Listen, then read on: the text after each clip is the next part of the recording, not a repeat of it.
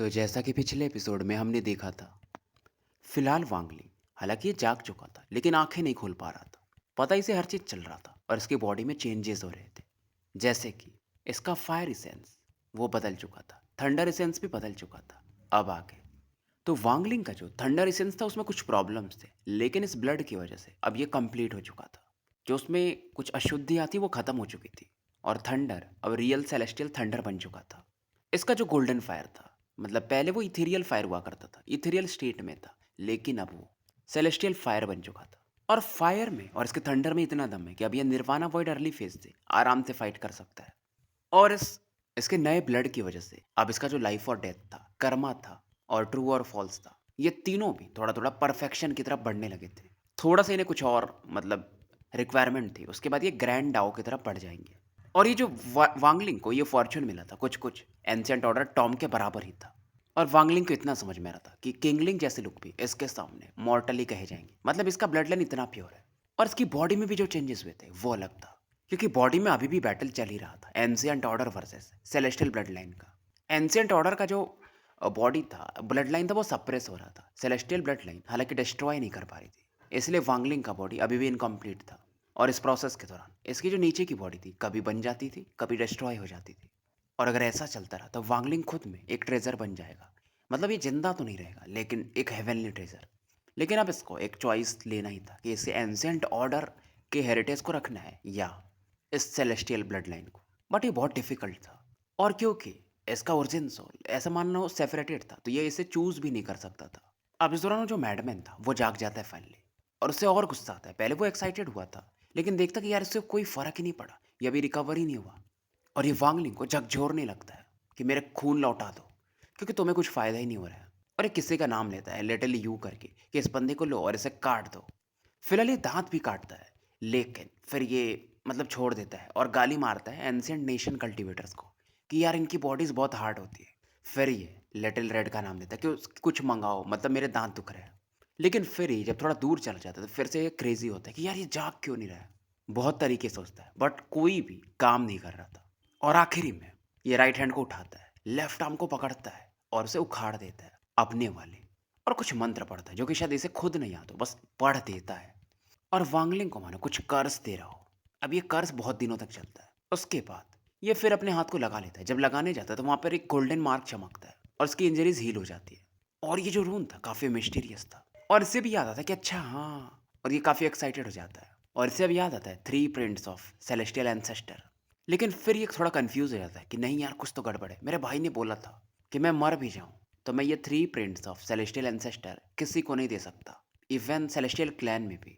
और उन्होंने मुझे साथ कसम भी खिलवाया था कि एक बार तुम ब्लड चलो दे भी दिए, वो भी नहीं देना है, लेकिन ये तो बिल्कुल भी नहीं। फिर ये कंफ्यूज हो जाता है, शायद उन्होंने ये बोला था कि मैं दे सकता हूँ। और फिर ये मान जाता है कि हाँ शायद उन्होंने बोला होगा। और कहता भी है कि यार लिटिल रेड भी कहती है कि मेरी मेरी मेमोरी बहुत अच्छी है, मैं गलत नहीं हो सकता। और कुछ हैंड सील्स बनाता है। अब इस समय जिस प्लेनेट पर ये लोग थे, निदरबिस्ट के अंदर, वो पूरा ट्रैम्बल कर रहा था। और एक बड़ा सा मार्किंग बनता है, राउंड रून। सेम मार्किंग इसके आईब्रोज पे बनता है जैसा कि इसके हाथ पे बना था जब इसने उखाड़े थे। फिर ये बोलता है heaven's and earth open, ancestor descends, 3 prints from immortality for all generation. First print संबंध हेवन, सेकेंड प्रिंट संबंध डाओ, थर्ड प्रिंट। अब इसे याद नहीं आता आगे क्या था। फिर ये बोलता है अरे मैं भूल कैसे गया, मुझे याद तो आना चाहिए, मेरी मेमोरी बहुत अच्छी है। फिलहाल ये मनो अपनी मार्किंग थर्ड आई से निकाल ही लेता है और वांगलिंग के जो 7 गॉड स्टार्स थे वहां पर इन्हें लगा देता है। और 3 prints of the celestial ancestor, power of the celestial cleanse, immortal body. लेकिन इस समय वांगलिंग की बॉडी से अनइमेजिनेबल पावर निकलता है। मैडमैन थोड़ी खून की उल्टी करता है और काफी दूर जाकर करता है इस फोर्स की वजह से। फिर से याद आता है कि अरे यार इसे नहीं बताना था, अब मुझे याद आया। वांगलिंग इधर अंदर फील किया था कि जैसे इस बंदे ने इस पावर को भेजा था इसकी तरफ, इसका जो एंशिएंट ऑर्डर पावर था वो क्रेजी जाने लगा था। और वांगलिंग फाइनली आंखें खोलता है कि तुम मैडमैन। और इस समय वांगलिंग के भी थर्ड आई पर वो राउंड मार्क आ चुका था, मैडमैन के जैसा ही था। तो इस मार्क की वजह से वांगलिंग का जो नया ब्लड बना था वो और उबाले मारने लगता है। पहले जो ब्लड का पावर था इसका नया जो बना था और एंशिएंट ऑर्डर का पावर था वो बराबर में हो गए थे, लेकिन अब ब्लड का पावर बढ़ जाता है इस मार्क की वजह से। जिसकी वजह से ये जो पावर था ये एंशिएंट ऑर्डर पावर को डिस्ट्रॉय करने को देखता है। इसलिए एंशिएंट ऑर्डर पावर भी थोड़ा बर्सर्क मोड में जाने लगता है, यानी काउंटर अटैक करने लगता है। और वांगलिंग एंशिएंट ऑर्डर पावर को छोड़ना नहीं चाहता था, क्योंकि मतलब शुरुआत से ही इसकी पावर पे तो इसने ज़्यादा रिलाई किया है, जब से ये एंशिएंट गॉड बना है। अब वांगलिंग के जो एक स्टार था, वो एक्सप्लोड कर जाता है इस पावर की वजह से। मतलब एंशिएंट ऑर्डर पावर खुद को अपने आप एक्टिवेट कर रहा था, ताकि अपने पावर बढ़ाए एक्सप्लोजन से। तो फिलहाल इसकी बॉडी रिकवर करने लगती है, लेकिन जैसे इसकी बॉडी रिकवर करती है, वो जो दूसरा मार्क था, सेलेस्टियल मार्क या राउंड मार्क जो भी बोलो, वो और ज़्यादा एक्टिवेट होता है। और वांगलिंग के फिर हाथ पैर सब कोलैप्स कर जाते हैं, ओरिजिन सोल भी। लेकिन ये ऐसा बिखरने ही वाले थे, तभी जो प्योर सेलेस्टियल ऑरा थी वो कंडेंस होने लगती है एक ब्लरी फिगर में, जो कि वांगलिंग का ओरिजिन सोल था। ये सेलेस्टियल ओरिजिन का ओरिजिन सोल था। और उसके बाद ये जो इसके अंग अंग बिखरे थे, वो इसके अंदर आके समा जाते हैं और वांगलिंग की बॉडी बन जाती है। लेकिन फिर से कोलैप्स करती है, क्योंकि वांगलिंग का जो दूसरा स्टार था वो कोलैप्स कर जाता है। मतलब देखो, अगर सेलेस्टियल ऑरा बॉडी बना रही है, तो वांगलिंग की एंशिएंट ऑरा उसे फोड़ दे रही है और अपने हिसाब से बॉडी बना रही है। और फिर से इस बार जो बॉडी बनती है वो 10,000 फीट का एंशिएंट गॉड बॉडी, वही इसके फ्लैश और ब्लड इकट्ठा होके। लेकिन फिर ये कोलैप्स कर जाती है सेलेस्टियल ऑरा की वजह से। तो ये प्रोसेस चलते रहता है। वांगलिंग का एक ही काम था, बैलेंस बनाना, जो कि ये बना नहीं पा रहा था। नहीं तो फिर इसका पूरा एंशिएंट ऑर्डर पावर शायद जा सकता था। सातवां स्टार भी धीरे धीरे आते आते कोलैप्स कर जाता है और सेवंथ सेलेस्टियल कन्वर्जन भी हो जाता है। अब इसके सातों स्टार्स कोलैप्स कर चुके थे और ये सब बहुत फास्ट होता है। तो सातों स्टार के कोलैप्स करने के बाद वांगलिंग के अंदर जो एंशिएंट ऑर्डर पावर था वो बहुत ज़्यादा था। अब आठवां साइकिल शुरू होता है। अब वांगलिंग आठवां जो वॉर्टेक्स बना था, आठवां स्टार नहीं बन पाया था वहां पर, वो इस बार कोलैप्स करता है। तो आठवीं बार इसके एंशिएंट ऑर्डर बॉडी बनती है। अब इसके पास ना तो कोई स्टार थे, ना तो वॉर्टेक्स था। और फिर से इसकी बॉडी एक्सप्लोड कर जाती है। सेलेस्टियल ऑरा इस बार बॉडी बनाती है, सेलेस्टियल बॉडी। और ये थी इमॉर्टल सेलेस्टियल बॉडी, जो कि सेलेस्टियल एंसेस्टर की बॉडी से आती है। और ये इसलिए बना था क्योंकि वांगलिंग के पास अब वो मार्क आ चुका था। तो इस समय इसकी बॉडी में जो सेलेस्टियल ऑरा थी वो और ज़्यादा इंटेंस हो जाती है। इसका बोन मेरो और ज़्यादा ब्लड बनाने लगा था और पूरी बॉडी में सर्कुलेट हो रहा था। और कहीं ना कहीं सेलेस्टियल बॉडी अब इसके एंशिएंट गॉड बॉडी को सप्रेस कर रही थी कंप्लीटली। हाँ, लेकिन अगर वांगलिंग एंशिएंट ऑर्डर इनहेरिटेंस हासिल नहीं किया होता, तो शायद ये खत्म हो चुका होता। क्योंकि अब इसके पास एंशिएंट ऑर्डर इनहेरिटेंस है। तो उसके वजह से इसका जो एंशिएंट ऑर्डर इनहेरिटेंस था, इस मार्क की वजह से वो भी ट्रिगर हो जाता है। जैसा कि ये मैडमैन कह भी रहा था कि ये मार्क हम आउटसाइडर्स को नहीं दे सकते, और खास करके वो एंशिएंट नेशन वालों को तो बिल्कुल नहीं। और वांगलिंग के मुंह से अपने आप एक दहाड़ निकलता है, इसकी बॉडी में क्रैक्स आने लगते हैं और एंशिएंट ऑर्डर फिर से चार्ज करता है उसका पावर। अब स्टार्स तो थे नहीं, लेकिन इसकी वजह से अब वांगलिंग का जो सेकंड ट्रायल था वो जल्दी आ जाता है। और ये इसलिए हुआ था क्योंकि जो विल था एंशिएंट ऑर्डर का, जो वांगलिंग की बॉडी के अंदर था, उसकी वजह से हुआ था। क्योंकि ऐसा समय आ गया था कि ये पावर बाहर निकल जाता, और वो भी चाहता नहीं था। क्योंकि वांगलिंग के अंदर अब दो विल थे, एक एंशिएंट ऑर्डर का और एक सेलेस्टियल का। तो क्रैक्स की वजह से ये बॉडी एक्सप्लोड कर जाती है। अब सेकंड ट्रायल का पावर और ये पावर एक दूसरे से बैटल कर रहे थे। अब इसकी जो सेलेस्टियल बॉडी थी वो कोलैप्स कर चुकी थी और इसका ओरिजिन सोल हवा में जाता है और आसमान इस समय गोल्डन हो जाता है और जमीन काला। मैडमैन जाग चुका था और ये सब देख रहा था कि, और ये बोलता है, क्या मेरी आंखें खराब हो चुकी है? क्या किंग की आंखें खराब हो चुकी है? गोल्डन स्काई और ब्लैक अर्थ, ये तो मेरे बड़े भाई ने बताया था कि जब सेलेस्टियल एंसेस्टर डिसेंड हुए थे, मतलब आए थे, तब ऐसा कुछ हुआ था। लेकिन इस समय अर्थ से एक हेवन शेकिंग रोर आता है और मैडमैन इस समय जमीन के पास में एक ब्लैक शैडो देखता है, जो कि आसमान की तरफ चार्ज करता है। ये एंशिएंट गॉड था और वांगलिंग के जैसा ही दिख रहा था। उसके अंदर 7 स्टार रोटेट कर रहे थे। और इस समय आसमान में जो गोल्डन स्काई बना था, वहां से गोल्डन फिगर निकलता है। ये भी वांगलिंग के जैसा ही था और इस बंदे ने मानो गोल्डन क्लोक पहने थे और वांगलिंग के जैसा ही था, और राउंड मार्क तो चमक ही रहा था। तो दोनों एक दूसरे पर चार्ज करते हैं, लेकिन जैसे ये एक दूसरे के काफी करीब थे, कोलाइड करने ही वाले थे, तभी एक घोस्टली लाइट इनके बीच में चमकता है। वो एक बीड था, जो कि बच्चे के साइज का था। यह था हेवन डिफाइंग बीड, जो फिर से प्रकट हुआ था। मैडमैन इस समय देखता है, करता है, मतलब उसे लगता है यार इसे मैंने देखा है, बहुत इंपॉर्टेंट है, शायद मेरे बिग ब्रदर भी इसके बारे में बात कर रहे थे, इसे ढूंढ रहे थे। लिटिल रेड, ये क्या है? मैं भूल चुका हूँ। अब heaven defying beat slowly rotate कर रहा था। एक रोटेशन के बाद गोल्डन स्काई जो था इसके अंदर एब्जॉर्ब हो जाता है और उसके बाद बाहर में गोल्डन बॉडी प्रकट होती है। हेवन डिफाइंग बीट दोबारा से रोटेट करता है और एंशिएंट गॉड को भी एब्जॉर्ब कर लेता है। मतलब बॉडी एंशिएंट गॉड की बन रही थी और वो जो ओरिजिन था वो सेलेस्टियल का था, पहला वाला। समय मानो इस समय रुक चुका था और लंबा समय बीतता है। वांगलिंग फाइनली आंखें खोलता है। अब वांगलिंग के लेफ्ट आई में एक गोल्डन डॉट था और राइट आई में गोल्डन थंडर था। राउंड मार्क अभी भी था और वो धीरे धीरे गायब होकर के वहां पर 7 एंशिएंट गॉड स्टार्स चमकने लगते हैं। लेकिन ये 7 स्टार्स भी अब गोल्डन हो चुके थे और वांगलिंग इस समय थोड़ा खून की उल्टी करता है और उसके बाद मैडमैन की तरफ थोड़ा गुस्से में देखता है और फिलहाल उसके बाद कुछ करता नहीं, आके जमीन पे कल्टीवेशन में बैठ जाता है। मैडमैन एक्टिंग करता है कि उसने कुछ देखा नहीं, और इस समय ये वांगलिंग के रिएक्शंस को कहीं ना कहीं लेफ्ट आई से कंची मार के देख रहा था। और फिलहाल ये अपने बाल भी खुजा रहा था और बोलता है कि अब नाम बताओ तुम्हारा। किंग को अपना नाम बताओ, किंग तुम्हें रिवार्ड देगा। वांगलिंग कुछ नहीं बोलता है। अब ये बोलता है कि तुम जैसा नहीं बोल रहे हो वैसे लिटिल रेड भी नहीं बोल रही थी, फिर मैंने उसके बाल ही उखाड़ दिए। फिर तुम्हें पता है क्या हुआ। फिलहाल ये वांगलिंग के काफी करीब आ चुका था और बोलता है तुम गैस भी नहीं कर सकते। और ये हंसता है, लेकिन वांगलिंग हंसता ही नहीं है। अब इसे और गुस्सा आता है कि मैं अगर हंसता हूँ या बोलता हूँ तो इवन ली फैमिली को भी हंसना और बोलना पड़ता है, और तुम्हारी इतनी मजाल। चलो कोई ना, तुम नहीं बोलोगे तो भी मैं तुम्हें बताता हूँ। फिर ये भूल जाता है और कहता है यार मैं फिर क्यों भूल गया। हालांकि अब ये थोड़ी बकवासी कर रहा था, इसे थोड़ा अच्छा भी लग रहा था कि कोई तो इसकी बात सुन रहा है। वल्लो वांगलिंग जवाब नहीं देता है, क्योंकि वांगलिंग की जो बॉडी थी अभी भी कियोटिक स्टेट में थी। मतलब अभी कैसा था कि वांगलिंग का जो बॉडी है वो एंशियंट गॉड बॉडी है, और जो ऑरा अब इसको प्रोवाइड हो रही है वो इसके सेलेस्टियल ओरिजिन से हो रही है। यानी कि जो इसकी इसके ओरिजिन सोल के अंदर है सेलेस्टियल ऑरा। और अंदर में हेवन डिफाइंग बीट अभी भी हल्का हल्का रोटेट कर रहा था, और हेवन डिफाइंग बीट को एक चक्कर लगाने में 12 घंटे लगते हैं। अब इसके अंदर जो पहले ओरिजिन एनर्जी हुआ करता था वो खत्म हो चुका था, गायब ही हो चुका था। उसके अंदर अब डेंस स्पिरिचुअल हो रहा था, सेलेस्टियल स्पिरिचुअल हो रहा, जो कि इस नए ब्लड से आ रहा था, जो कि इसके अब बोन मैरो से आ रहा था। और ये हो रहा ओरिजिन एनर्जी से काफ़ी स्ट्रांग था। हालांकि ओरिजिन एनर्जी से ये कम था लेकिन ज़्यादा स्ट्रांगर था। हालांकि सेकंड ट्रायल्स का स्टार्ट हुआ था, लेकिन जब तक वो पूरा हो पाता हेवन डिफाइंग बीट ने उस मैटर को ही निपटा दिया था। तो इसका फिजिकल स्ट्रेंथ वांगलिंग का पहले से बढ़ चुका था। अब इसका हार्ट बीट ही सामने वाले को हिला सकता है, और वांगलिंग अब कॉन्फिडेंट था कि वह निर्वाणा वॉइड लेट फेस का भी बंदा इसे छू नहीं सकता। शायद निर्वाणा वॉइड पीक का बंदा इससे बैटल कर सकता है। लेकिन वांगलिंग को ये नहीं पता था ये चेंज सही है या गलत, क्योंकि अब ये फ्यूजन था एंशिएंट ऑर्डर और सेलेस्टियल का, और बॉडी में अभी भी वो पेन था।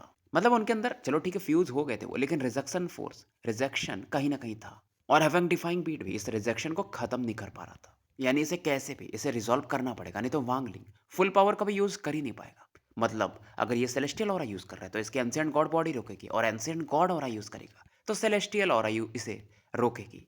ये यानी कि बस 20% अपना पावर यूज कर पाएगा, लेकिन वो भी काफी था निर्वाणा वॉइड लेट फेस के बंदे को मारने के लिए। वांगलिंग इतना तो कंफर्म कर रहा था कि अगर ये फुल पावर पे होगा तो शायद एसटीएम नानजाओ भी इसके मैच नहीं होंगे, यानी स्पिरिट वॉइड के लेवल पे होगा। जैसे कि वो जो सेलेस्टियल एंसेस्टर का मार्क था वो राउंड मार्क, वो ऐसा लग रहा है कि गायब हो गया, लेकिन वो बेसिकली फ्यूज हो चुका था इसके 7 स्टार्स के साथ, और ऐसा कभी एंशिएंट ऑर्डर के साथ हुआ नहीं था। अब ये मैडमैन बोल रहा था, वांगलिंग फाइनली आंखें खोलता है, और वांगलिंग क्या से 2 गोल्डन लाइट मैडमैन से जाके टकराती है, और मैडमैन बोलता है ये तुम्हारे पास हमारे क्लैन जैसी गोल्डन आंखें कैसे। लेकिन ये लाइट गोल्ड है, काफी नहीं है। मेरे मेरे आंख देखो, किंग की आंख देखो। अब ये गहरी सांस लेता है, इसकी बॉडी थोड़ी फूलने लगती है, और इस समय जब ये आंखें खोलता है तो अलग ही डार्क गोल्डन थे, और एक लग रहा था कि नहीं मतलब ये राजा है ऐसा फील हो रहा था। और ये बोलता है मैं और फियर्स हो सकता हूँ, ये और हवा लेता है अंदर। लेकिन फिलहाल ये वैसा कर नहीं पाता है और थोड़ा शर्मा जाता है, मतलब उसकी बॉडी बैलून के जैसे फुल जाती है। फिर ये बोलता है नहीं नहीं एक्सीडेंट था। वांगलिंग इस बंदे की तरफ देख रहा था और थोड़ा इसके एक्सप्रेशन कॉम्प्लिकेटेड थे, और वांगलिंग जानता था कहीं ना कहीं इस मैडमैन की वजह से इसे इतना तगड़ा फायदा मिला है। हालांकि इसने लगभग इसे मार ही दिया था वो पावर देकर। हाँ, अगर ये सेलेस्टियल एंसेस्टर का वो प्रिंट नहीं दिया होता तो वांगलिंग की बॉडी अब सही हो चुकी थी, लेकिन उस प्रिंट की वजह से रिजेक्शन फोर्स ज़्यादा बढ़ गया था, और वांगलिंग जानता था इससे बकवास करके मतलब नहीं है। फिलहाल वांगलिंग अपने स्टोरेज स्पेस को खोलता है, उसमें से डेविलिश ऑरा बाहर निकलती है, और ये था एंशिएंट डेविल जो इसने एंशिएंट टॉम से हासिल किया था, और इसके पास 6 स्टार्स थे राइट आई में, और ये बॉडी फॉर्म में था, मतलब इसका सोल नहीं था। तो वांगलिंग का प्लान ये था कि इसके लिए एक एंशिएंट डेविल सोल बनाना पड़ेगा, लेकिन फिलहाल इसके बॉडी में रिजेक्शन फोर्स था तो ये वो भी नहीं कर सकता था। अब वांगलिंग कुछ दिमाग लगाता है और ये जो 6 डेविल स्टार थे इन्हें निकाल लेता है, मतलब कंडेंस कर लेता है और अपने राइट आई में डाल देता है। तो गोल्डन थंडर के नीचे ये भी अब दिखने लगते हैं। अब इसके बाद ये अपने 7 एंशिएंट गॉड स्टार्स को एक्टिवेट करता है, और फिलहाल एक फ्यूजन प्रोसेस चल रहा था। मैडमैन थोड़ा दूर चला जाता है और ये चिल्लाता है कि यार ये बंदा तो एंशिएंट डेविल अवतार को भी यूज कर रहा है, एंशिएंट गॉडेस की बॉडी है, ये 3 क्लैंस एंशिएंट नेशन का बंदा है। अब देखो एंशिएंट क्लैन में 3 क्लैन है एंशिएंट नेशन में, यानी एंशिएंट ऑर्डर में। तो एक का नाम है जी कंट्री जो कि डीमन उनका मेन रूट है एंशिएंट डीमन। शी कंट्री जो है एंशिएंट डेविल उनका रूट है। लेकिन फिर ये कंफ्यूज हो जाता है कि यार इसके पास तो सेलेस्टियल ऑरा भी है, इमॉर्टल बॉडी है, जो कि मेरे और मेरे भाई के पास है। और ये सोचता है कि अगर मेरे भाई को पता चला तो वो बहुत गुस्सा हो जाएंगे, मुझे ढूंढना ही पड़ेगा। समय निकलता है, 3 दिन और निकल चुके थे, और वांगलिंग ये जो रिजेक्शन फोर्स था वो अपने 6 एंशिएंट डेविल स्टार्स में मूव कर रहा था ताकि इसे कम कर सके। अब ये जो एंशिएंट डेविल स्टार्स थे ये भी धीरे धीरे गोल्डन हो जाते हैं, और गोल्डन थंडर के नीचे मतलब हिडन हो जाते हैं, बाहरी मतलब देख नहीं सकते थे। तो रिजेक्शन फोर्स को ये थोड़ा काउंटर कर देता है, स्लो डाउन कर देता है, बट ये डिले कर सकता था, ये प्रॉब्लम सॉल्विंग नहीं था। अब वांगलिंग को याद आता है कि जब मैंने जैसे ही लीगवांग धनुष लिया था उस समय निदर बीस्ट आई थी और उसने गोल्डन स्टॉर्म को बाहर फेंक दिया था और मैंने फिर निदर बीस्ट को बोला था कि मुझे डिवोर कर जाओ, तो मतलब मैं भी निदर बीस्ट के अंदर हूँ। और वांगलिंग जानता था इसे निकलना तो बहुत आसान है, बस इसे बोलना पड़ेगा निदर बीस्ट को। अब फिलहाल मैडमैन चिल्ला था कि तुम्हें किसने ये मॉर्टल सेलेस्टियल बॉडी सिखाया। मतलब मैडमैन भूल चुका था कि इसी ने खुद ये पावर दिया था। फिलहाल ये काफी गुस्से में था और वांगलिंग चौंक जाता है और वांगलिंग अब श्योर था कि ये सच में बावला हो चुका है, इसकी मेमोरी बहुत खराब है। लेकिन वांगलिंग इतना तो समझ रही थी ये बंदे की ओरिजिन बहुत खतरनाक है, ये किंग कह रहा है हमेशा खुद को और वर्ड्स भी इसके खतरनाक है, ये है कौन। फिलहाल ये मतलब वांगलिंग को हंसने के लिए कहता है, लेकिन वांगलिंग इधर लीगवांग धनुष पे फोकस करता है। स्ट्रिंग जो उसका था तारा भी टूटा हुआ था। अब वांगलिंग सोचने लगता है कि मैं रिजेक्शन फोर्स को काउंटर कैसे करूंगा। अब मैडमैन को गुस्सा आ रहा था कि वांगलिंग इसे इग्नोर मार रहा है और फिर ये बोलता है कि मेरा ब्लड बहुत प्रेसियस है, मैं तुम्हें एक बूंद नहीं दूंगा। फिर ये बोलता है नहीं नहीं, मैं बहुत दयालु इंसान हूँ, तुम थोड़े शर्मीले लगते हो, तुम बाद में हंस लेना। और वांगलिंग को लिटिल गर्ल कहता है, तुम अपना नाम बताओ, मैं तुम्हें रिवॉर्ड दूंगा। वांगलिंग कुछ नहीं बोलता है, मतलब ये फैमिली नेम पूछता है, बहुत चीजें पूछता है। अब वांगलिंग को गुस्सा आता है और ये बोलता है नॉइजी, मतलब ज्यादा ही तुम आवाज कर रहे हो। और मैडमैन को गुस्सा आता है कि मेरे सामने ऐसा कोई नहीं बोलता है। और वांगलिंग बस अपने राइट हैंड को घुमाता है और ये बंदा काफी दूर जाके गिरता है। और वांगलिंग फिर से सोच विचार में था, लेकिन वांगलिंग ने इस मैडमैन को अंडर एस्टिमेट कर दिया था। वो फिर से आता है, बहुत जल्दी आता है, फिर से कुछ बोलने वाला था। वांगलिंग फिर से इसे दूर फेंक देता है। ये प्रोसेस चलते रहता है 7-8 बार, लेकिन वो बार बार आता है। अब 15 बार होने के बाद वांगलिंग का गुस्सा बढ़ जाता है क्योंकि मैडमैन काफी खुश हो रहा था, उसे मजा आ रहा था इन चीजों में। वो बोल रहे थे यार एक्साइटिंग, बट वांगलिंग इस बार इसे दूर नहीं फेंकता है और ये बोलता है कि किंग अच्छे से खेल रहा था, तुम ये काम चालू रखो, मतलब मुझे फेंकते रहो। वांगलिंग दांत पीसने लगता है कि भाई ये सच में एकदम बावला ही है क्या। और वांगलिंग अब 70% फोर्स अपना यूज करता है क्योंकि अब रिजेक्शन फोर्स थोड़ा कम हो गया था और ये आराम से निर्वाणा वॉइड मिड फेज के बंदे को फाइट करने के लिए काफी था। और ये मैडमैन को किक मारता है, मैडमैन काफी दूर जाके करता है और ज्यादा एक्साइटेड हो जाता है। वांगलिंग खुद को शांत करता है और वांगलिंग अब एक ब्लैक एप निकालता है अपने स्टोरेज स्पेस से। ये ब्लैक एप वही था जो वांगलिंग ने क्लाउड सी में ढूंढा था। अब ये जो एप था वो ऐसे छाती पीटते हैं, तो वैसे ही मैडमैन पीटता है और खेलने में थोड़ा खुश हो जाता है और वांगलिंग अपने काम पर फोकस करता है। रिजेक्शन फोर्स काउंटर कैसे करना है ये सोच रहे थे कि लाइफ और डेथ इसेंस में मैं रिजेक्शन फोर्स को थोड़ा भेज दूंगा और फिर कर्मा से एक अलग दुनिया बना लूंगा, तो रिजेक्शन फोर्स को वहां सेटल कर दूंगा और ट्रू और फॉल्स से रिजेक्शन फोर्स को धोखा दे सकता हूँ, जैसा कि डाउ ऑफ डिसेप्शन यूज करता था ल्यूजिन बायो, कुछ वैसा। मतलब ये मेथड से ये पूरा इसे समाप्त कर सकता है, एक डायरेक्शन में भेज सकता है। और अगर मेरे पांचों सेंसेस पूरे हो जाते हैं तो मतलब मैं फिफ्थ हेवन ब्लाइट लेवल पे हूँ, फिर मैं वॉइड गेट खोल के थर्ड स्टेप कल्टीवेटर बन पाऊंगा। लेकिन इन्हें कंप्लीट भी तो करना था और वांगलिंग को शायद लगता है कि डाओ फ्रूट से ये इन्हें कंप्लीट कर सकता है, इससे और चाहिए होंगे। अब वो जो भालू था या लंगूर था वो कितना दहाड़ मारेगा, अब वो थक जाता है और मैडमैन की तरफ डर के देख रहा था और पीछे आने लगता है और वांगलिंग की तरफ देखता है कि यार आपने मुझे कहाँ फंसा दिया। मतलब जैसा ये भालू दहाड़ मारता था एप, वैसा ये भी मारता था और ये बोलता है कि तुम्हें पता नहीं है बट इमॉर्टल कॉन्टिनेंट पे सभी लोग जानते हैं कि मेरा वॉइस लाउडेस्ट है और सबसे सुंदर भी। तो मेरे सामने दहाड़ मारोगे, आओ फिर से करते हैं। चलो हम स्पेल्स पे काम करते हैं और एक ये पाम अटैक बनाता है जो कि एकदम साफ दिख रहा था। वांगलिंग देखकर हैरान था कि यार ये तो वॉर स्पिरिट प्रिंट है और इसे याद आता कि जब ये मूव नहीं कर पा रहा था तो वैसे ही मतलब बहुत सारे स्पेल्स ये बंदा बना रहा था और इसका वॉर स्पिरिट प्रिंट ऑथेंटिक है और या जो भी अटैक वो ये यूज करता है सभी ऑथेंटिक थे। अब मैं ये वाले पार्ट थोड़ा कम एक्सप्लेन करता हूँ क्योंकि ये वांगलिंग यहाँ पर वॉर स्पिरिट प्रिंट को सीखता है। तो फिलहाल वांगलिंग को इतना समझ में आ जाता है कि जो डॉविस्ट वाटर यूज कर रहा था उससे ये बेहतर है, इसके अंदर एक वाइब्रेशनल फोर्स भी है, मतलब वाइब्रेशन से आसपास के एरिया हिलने लग रहे थे। और मैडमैन भी बोलता है एकदम स्माइल थे कि कैसा है मेरा स्पेल, कैसा है। वांगलिंग स्माइल करता है और एक्टिंग ऐसा करता है कि यार ठीक है लेकिन मेरा तुमसे ज्यादा पावरफुल है। बट मैडमैन को थोड़ा सा लगता है कि यार मेरे स्पेल सबसे पावरफुल है, बस मेरे बड़े भाई को छोड़कर। लगता है तुम मेरे से सीक्रेटली सीखना चाहते हो, लेकिन मेरे बिग ब्रदर ने बोला है मैं तुम्हें मतलब किसी को नहीं सिखाऊंगा चाहे मैं मर भी जाऊं। एक समय की बात है, कोई मेरे से चुराना चाहता था लेकिन मैं उसे पकड़ लिया था, बट इसे नाम याद नहीं आता। फिलहाल वांगलिंग अपने पाम प्रिंट अटैक को दिखाता है और वांगलिंग मतलब इससे सामने के माउंटेन को ध्वस्त कर देता है और मैडमैन से बोलता है अगर तुम ऐसा कर पाए तो मैं मान लूंगा कि तुम्हारा स्पेल मेरे से बेहतर है।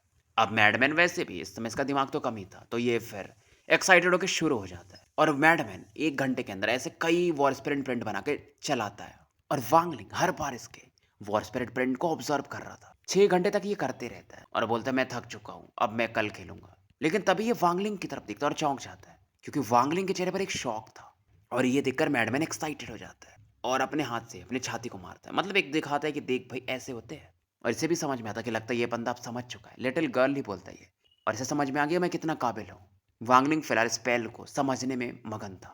अब मैडमैन इसके बाद कुछ और वॉर स्पिरिट प्रिंट चलाता है और फिर पूछता है कि कैसा था किंग का स्पेल। अब वांगलिंग बोलता है मुझे ये पर्सनली एग्जामिन करना पड़ेगा। अब वांगलिंग उस स्पॉट पे जाता है जहां पर इसने वो स्पेल्स चलाए थे। मैडमैन काफी थक चुका था लेकिन इसकी आंखों में एक वो एक्साइटेशन था। मैडमैन फिलहाल रेस्ट करता है और वांगलिंग ऑब्जर्व करता है। मैडमैन को समझ में आ चुका था और ये दहाड़ मारता है, मुझे लगा नहीं था तुम चीटिंग करोगे। फिलहाल वांगलिंग इसकी तरफ देखता भी नहीं है। मैडमैन थोड़ा सा अलग ही रिएक्ट कर रहा था बट वांगलिंग इसका ही काट देता है कि नहीं नहीं ये स्पेल तुम पहले से यूज नहीं कर रहे थे, शुरुआत में अलग था। बट मैडमैन बोलता नहीं नहीं सेम स्पेल था, मैं झूठ नहीं बोलता हूँ। अब मैडमैन की आंखों में आंसू आ जाते हैं, मतलब वांगलिंग इसे झूठा साबित कर रहा था। बट वांगलिंग फिर एक्टिंग करता कि नहीं नहीं मैंने देख लिया है, ये स्पेल थोड़ा अलग है। लेकिन वांगलिंग को थोड़ा रिग्रेट भी होता है क्योंकि मैडमैन की आंखों में आंसू देखकर। और वांगलिंग समझता है कहीं ना कहीं इसके और इस बंदे के बीच में कर्म है। इसने मुझे सेलेस्टियल ब्लड लाइन दिया है, इसके स्पेल्स भी मैं हासिल कर रहा हूँ बट ऐसे मेथड से। लेकिन मैं इसे रीपे जरूर करूँगा। और ये क्रेजी कैसे हुआ, क्योंकि कल्टिवेटर्स क्रेजी नहीं होते नॉर्मली, कुछ तो हुआ होगा इसके साथ। और मैं वांगलिंग अपने मतलब मेरे पर जो एहसान करता है उसे कभी भूलता नहीं हूँ, फ्यूचर में जरूर चुकाऊंगा। वांगलिंग की आंखों में एक सॉफ्टनेस था और फिलहाल ये बताता भी मैडमैन कि नहीं नहीं ये वॉर स्पिरिट प्रिंट है और मैंने यही शुरू से यूज़ किया था। मेरे बड़े भाई ने ये ट्विन सेलेस्टियल सॉवरिन से चुराया था, उसके बाद मुझे पास डाउन किया था। और फिलहाल ये वांगलिंग को एक चैंट भी देता है, मंत्र भी देता है कि तुम्हें विश्वास नहीं तो इसे ट्राई करके देख लो। और वांगलिंग उस मंत्र को याद कर लेता है धीरे धीरे, मतलब जो वॉर स्पिरिट प्रिंट का कुछ प्रॉब्लम था इस मंत्र की वजह से ये उसे और समझ जाता है। और ये जो वॉर स्पिरिट प्रिंट था इसके अंदर एक अलग पावर मिक्स था, ये काफी था ओरिजिन सोल, ओरिजिन बॉडी और सोल तीनों को डिस्ट्रॉय करने में। दाविश वाटर जो यूज करा था वो बस बॉडी को किल कर सकता है और ये था असली वॉर स्पिरिट प्रिंट। अब वांगलिंग भी बोलता है कि रो मत, तुम्हारा स्पेल पावरफुल है, मैंने तुम्हें फालतू में ब्लेम कर दिया। अब वांगलिंग स्टोरेज स्पेस खोलकर इसे पिल्स देता है। अब ये किंग बोलता है कि नहीं मैडमैन, मतलब अरे ये तो वॉर स्पेल है, ये तो मैं अपने लिटिल रेड को भी नहीं देता। और वांगलिंग कुछ अच्छे पिल्स निकालता लेकिन फिर भी ये किंग बोलता है कि पास्ट में तो मैं इन्हें देखता भी नहीं था, ये मेरे लिए कचरे थे, लेकिन तुम अब मुझे मना रहे हो तो मैं ले लेता हूँ। और ये खा भी लेता है इन्हें। लेकिन वांगलिंग इसकी फिर से तारीफ करता है कि तुम्हारे स्पेल सच में अमेजिंग है। मैडमैन को अच्छा लगता है लेकिन अब मैडमैन चौकन्ना हो जाता है कि यार ये बंदा मेरे स्पेल्स सीख रहा है। मेरे बड़े भाई ने कहा था कि मैं ना तो इसे स्पेल्स न तो मंत्र कुछ नहीं सिखा सकता, मतलब किसी को नहीं। और मैडमैन बोलता है मैं तुम्हें स्पेल्स दे तो नहीं सकता बट मैं तुम्हें दिखा सकता हूँ। और उसके बाद ये रियल बर्निंग अम्ब्रेला उसे यूज करता है। लेकिन मैडमैन जब इस टेक्निक को यूज करता है तो अम्ब्रेला पहले से खुला हुआ था बट वांगलिंग को अम्ब्रेला खोलना पड़ता है। और मैडमैन बोलता है मैं तुम्हें सिखाऊंगा तो नहीं, बस मैं तुम्हें दिखा सकता हूँ। और फिर ये लिगवांग वुंग वाला बो वाला पोज मारता है और मैडमैन की ओर मतलब उससे एक एरो एनर्जी निकलती है। फिर ये कुछ सीलिंग टेक्निक बनाता है और 7 कलर की लाइटें प्रकट होती है। एक 7 कलर का लांस बनता है, मतलब रस्सी। इस 7 कलर लांस में इमोशंस मानो कनेक्टेड थे। और मतलब ये बहाल रस्सी उसी पे काम करेगा जिसके अंदर इमोशंस बह रहे होंगे, कुछ कुछ इथेरियल फायर जैसा।